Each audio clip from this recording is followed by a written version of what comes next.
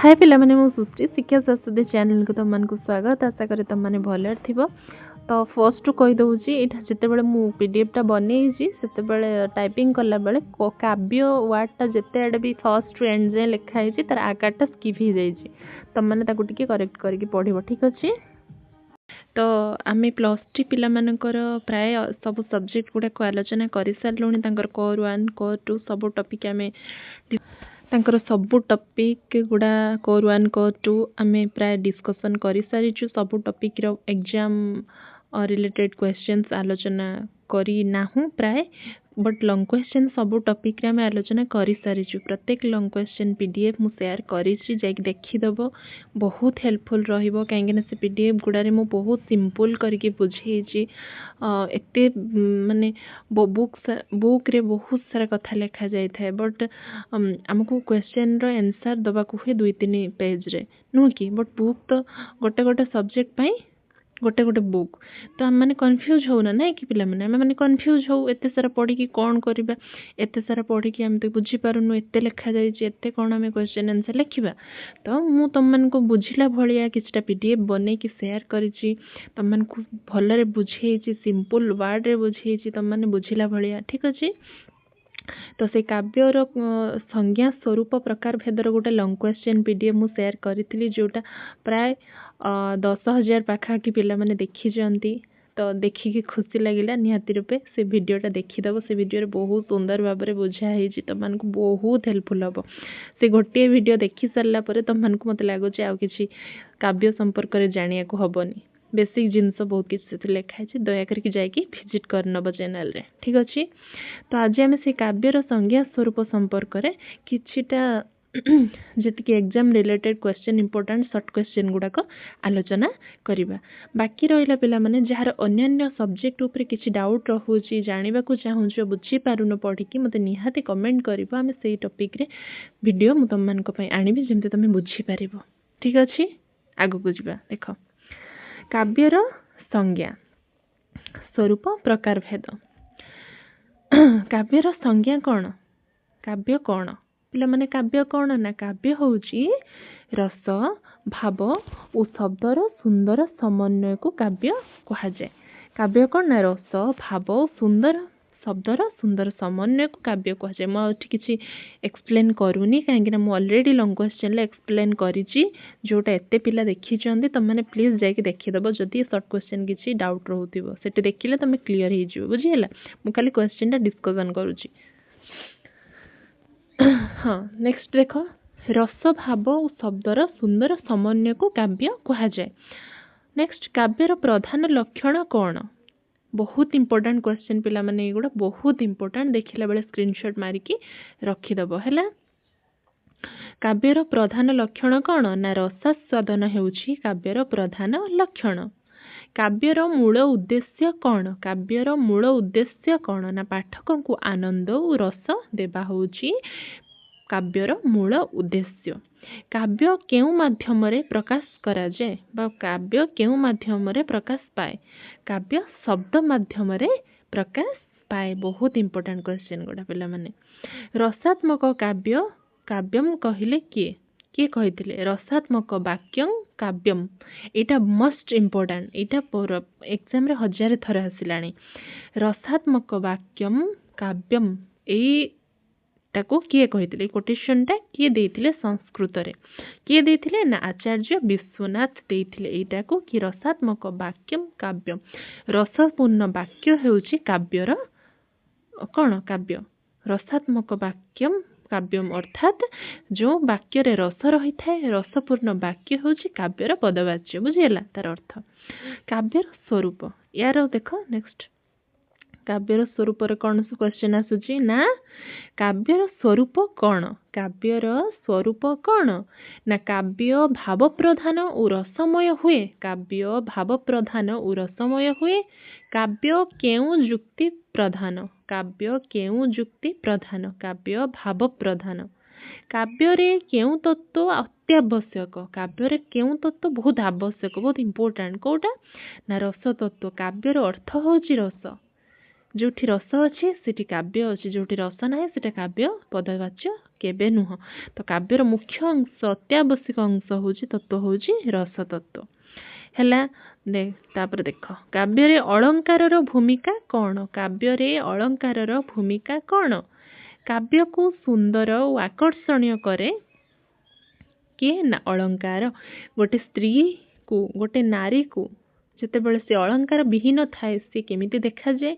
आ जितेबाला सी नाकरे नाककुणा, मुंडरे सिंदूर, हाथ शंखा, पाहुंजी, कंकण, अंटार सूता एमिति शाढ़ी आउ सबू अलंकार पिंधि सारा पर सी जेमिति देखा जाए सुंदरी, ठीक सेमिति काव्य होउची गोटे नायिका आ तार सौंदर्य बढ़ाए किए पिला माने तार सौंदर्य बढ़ाए काव्य अलंकार। अलंकार बुझीगला सिंपल कथा। काव्य को सुंदर और आकर्षणीय करे किए ना काव्य अलंकार रो भूमिका होची सुंदर और आकर्षण करिबा। काव्यर स्वरूप किपरि केमिति सृजनशील और कलात्मक। काव्य सब बेले सृजनशील आ कलात्मक हेइथाय बुझीगला। तापर देख काव्यर प्रकार भेद। काव्यर प्रकार भेद कौन पिला माने? काव्य केते प्रकार? काव्य दुई प्रकार, गद्य काव्य और पद्य काव्य। काव्य कौन ना गद्य काव्य पद्य काव्य, पुणी कह जाए दृश्य काव्य श्राव्य काव्य एमती भी कह जाए। देख पद्य काव्य कौन? छंदबद्ध रचना को पद्य काव्य कह जाए। छंदबद्ध रचना को पद्य काव्य कह जाए। पिला माने सबू क्वेश्चन इंपोर्टेंट निहाती रूपे क्वेश्चन गुड़ा आंसर मन रखिबो।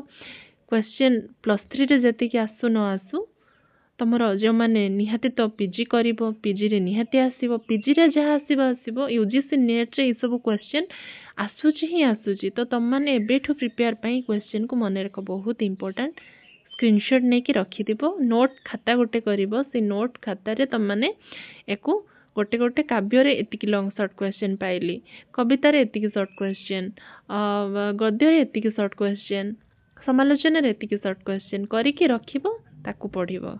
बुझीगला कौन से गाइड बुक दरकार नहीं, नोट यही सब नोट को कलेक्ट करके लिखिकी शिखिब। बुझीगला। बाकी आमे पढ़ा संपर्क रे गोटे आलोचना करिबा किपरि नोट बनेबो, किमिति नोट पुरा प्रिपेयर करिबो, नोट सब केमिति कोठु कोठु पाइबो, आमे से संपर्क रे अलगा केते बेला आलोचना करिबा गोटे वीडियो रे। ठीक अछि। हाँ तापरे कौन रही गद्य काव्य कौन? छंद बिना भावपूर्ण रचना को छंद बिना भावपूर्ण रचना को गद्य काव्य कहा जाए। कौन ना पद्य रे छंद थाए आ गद्य रे भाव थाए। महाकाव्य कौन? महाकाव्य कौन? विस्तृत कथा वस्तु थिबा बृहत काव्य होची महाकाव्य। विस्तृत कथा वस्तु थिबा बृहत काव्य होची महाकाव्य। खंडकाव्य कौन? संक्षिप्त कथा वस्तु पर रचित काव्य होची खंडकाव्य। पिला माने काव्य कहि जाउची हला। एटी काव्य गुड़ाक पिला माने करे आकार काव्यटा करे आकारटा स्किप हे जे तम माने लेखिला बेले पढ़िला बेले ताको ठीक करिक पढ़िबो, काहे ना प्रिंटिंग जो टाइपिंग कला बेले ना सब स्किप हे जाय जे केते बेले हैला। तो माने आकार देकी पढ़िबो, काव्य हे जाय जे सेटा काव्य करिकी पढ़िबो। बुझियला। ठीक अछि। महाकाव्य कौन ना विस्तृत कथा वस्तु थिबा बृहत काव्य होची महाकाव्य। तो कौन रोची ना हो खंडकाव्य कौन? संक्षिप्त कथा वस्तु पर रचित काव्य होची खंडकाव्य। संक्षिप्त कथा वस्तु पर रचित काव्य होची खंडकाव्य। काव्य और साहित्यर संपर्क कौन? काव्य और साहित्यर संपर्क कौन पिला माने? काव्य और साहित्यर संपर्क गोटे मुख्य शाखा। काव्य साहित्यर गोटे मुख्य शाखा। काव्य रे भावर गुरुत्व कौन? काव्य रे भावर गुरुत्व कौन? भाव द्वारा रस सृष्टि हुए हला। काव्य कल्पना प्रधान की? काव्य कल्पना प्रधान की? हाँ काव्य कल्पना प्रधान। काव्य रे सत्य कौन रही? काव्य रे कलात्मक सत्य रही थाए। बुझीगला। नेक्स्ट काव्य काहार प्रतिफलन? काव्य काहार प्रतिफलन? काव्य होची सामाजिक जीवनर प्रतिफलन बुझीला। तो हाँ काव्यर आत्मा कौन पिला माने काव्यर आत्मा कौन रस इंपोर्टेंट क्वेश्चन मन रख एटा काव्यर आत्मा कौन ना रस तो काव्यर आत्मा कौन रस बाकी काव्यर शरीर कौन एगुड़ा एग्जाम रे आसे काव्यर शरीर कौन ना शब्द होची काव्यर शरीर रस होची काव्यर आत्मा ए दुईटा बहुत इंपोर्टेंट पिला माने हाँ काव्य केउ अनुभूति सृष्टि करे काव्य आनंद सृष्टि करे काव्य किपरि उपदेश मूलक परोक्ष भावे उपदेश मूलक काव्य होची कौन ना परोक्ष भावे उपदेश मूलक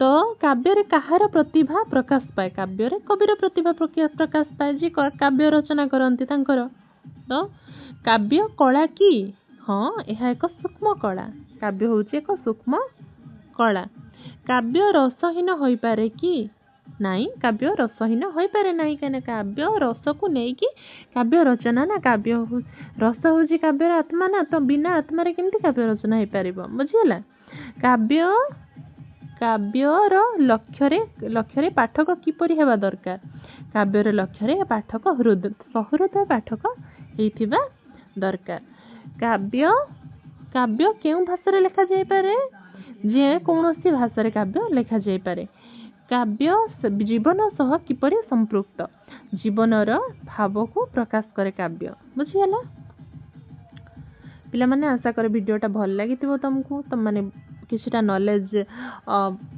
पाइथिबो तो आशा करे वीडियो जे तुमको भल लागिथिबो निहाती कमेंट सेक्शन ले कमेंट करिवो भल लागिले कि नहीं मते खुशी लागिवो बाकी रहिला कोन ना तुम माने टिके कहिबो कि तुम मन को आउ कोन टॉपिक रे डाउट रही छी से विषय रे हम वीडियो अपलोड करिया बाकी पूर्व वीडियो रे जो मु काव्यर संज्ञा स्वरूप प्रकार भेद वीडियो अपलोड करिथिली प्लीज जाके सेटा देखि दबो सेटा बहुत सुंदर है जो टॉपिक जोटा तुम पढ़िले जानी परिबो कि हाँ काव्य गोटे कौन जिनस आ तुमको एक्स्ट्रा किसी बुक खोलिया को ही पड़ोनी काव्य विषय बुझीला रोची धन्यवाद देखा परवर्ती वीडियो जय जगन्नाथ।